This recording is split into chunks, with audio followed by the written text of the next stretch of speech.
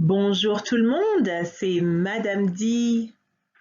Alors, this time we are going to work on reading. As you can see, I added a quote. Lire, c'est grandir, which means reading is growing. Reading means growing. What does that mean? Well, what I mean by that is because you are able now to read, it is a proof that you are growing. So in order for you to continue growing in life, you must always continue reading. All right, let's do it. These sentences are most likely familiar to you all as we went over them in class.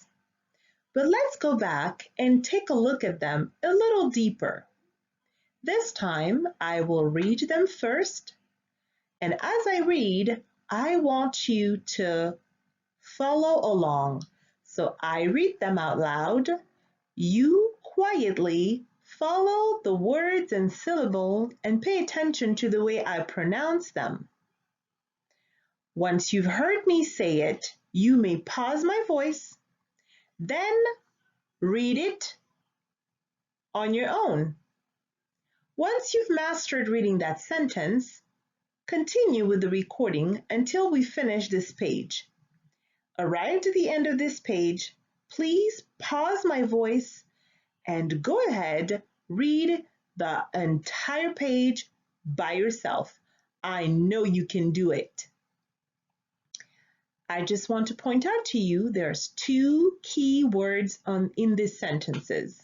The first one is a, which is from the verb to have, and here it means has. And there is also e, spelled E-S-T, but it's just pronounced e, which means to be, is. So when we talk about Toto, in the third person, we would say Toto has something or Toto is something. En français, it is Toto a ou Toto est. And I put on the side for you the English translation so that you understand what you're reading today. All right, let's begin. Toto a une moto.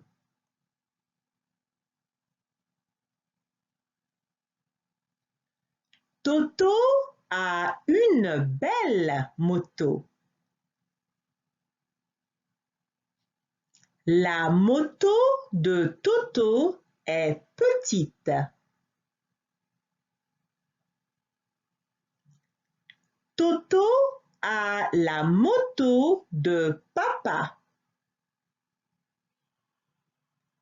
La moto de papa est nouvelle. Toto est parti. Great work repeating. Now go ahead and pause me and read this whole little paragraph by yourself. I know you can do it. Bravo mes élèves. Bon travail on that first part we just read. Now let's try this new set of sentences, which we have not seen in class yet, but I think you can do it. Remember, it's okay to make mistakes. Practice makes perfect. Pay attention to the way certain words sound. All right. Ariane a une pomme. Alexandra a une tortue. Malik a un avion. Skyler a une orange. Carter a une maison. Kaden a un ballon. All right. Before you begin to read this entire paragraph by yourself, I just want to point out a couple of things. You notice a new word got introduced in here. Except the new vocabulary words like pomme, tortue, avion, orange, maison, ballon, which you do have the translations right here on the side. The main key word that has been introduced is une or un. The indefinite article une or un just means one, as in an amount, number one, like I have one car or one house. But that same one in French is used to say like I have a car, I have a toy.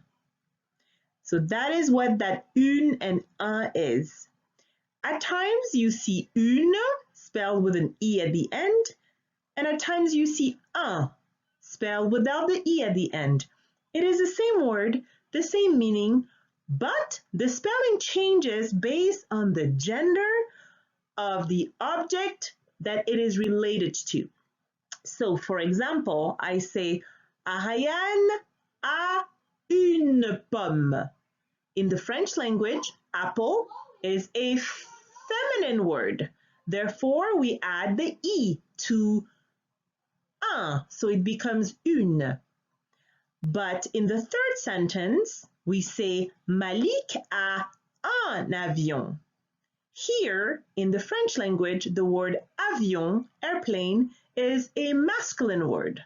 So the E of une is dropped and it becomes un. This is how the French language works. Not just people have gender, but also things, objects. All right, now that you understand that, go ahead and work on reading this paragraph without my voice. I know you can do it.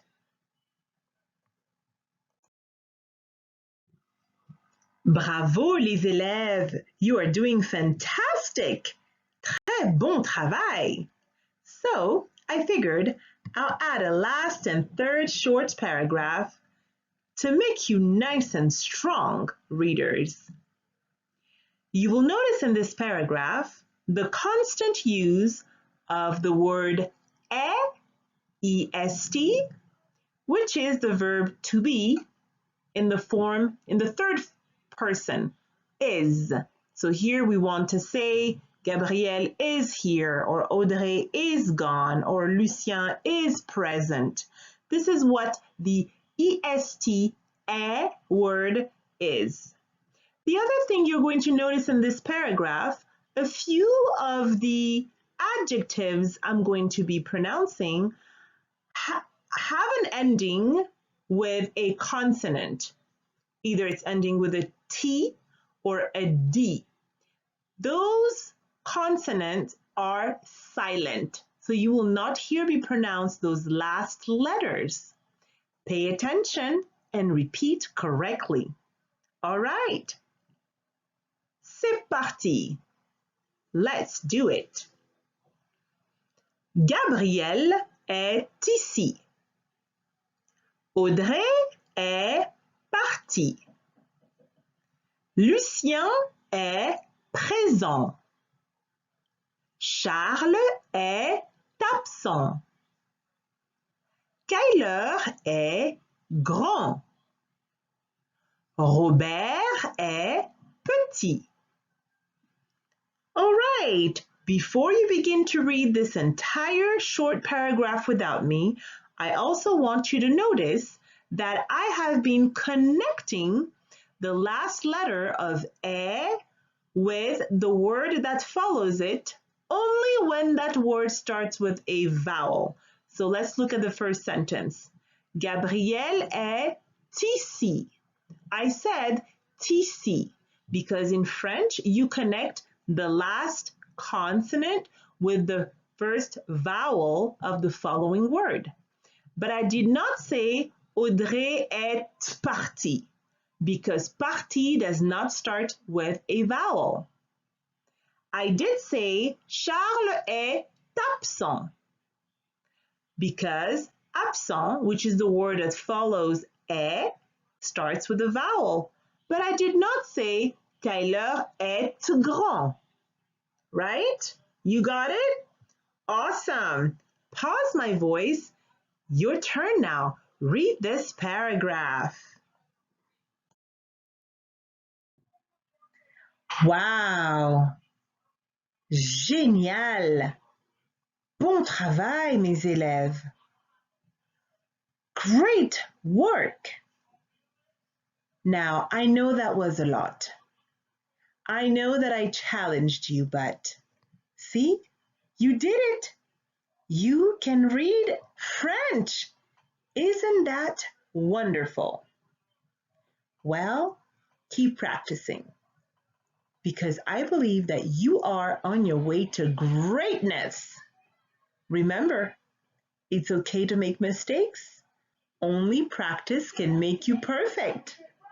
I am extremely proud of you. Bon travail, mes élèves. Très bon travail. Au revoir. À la prochaine.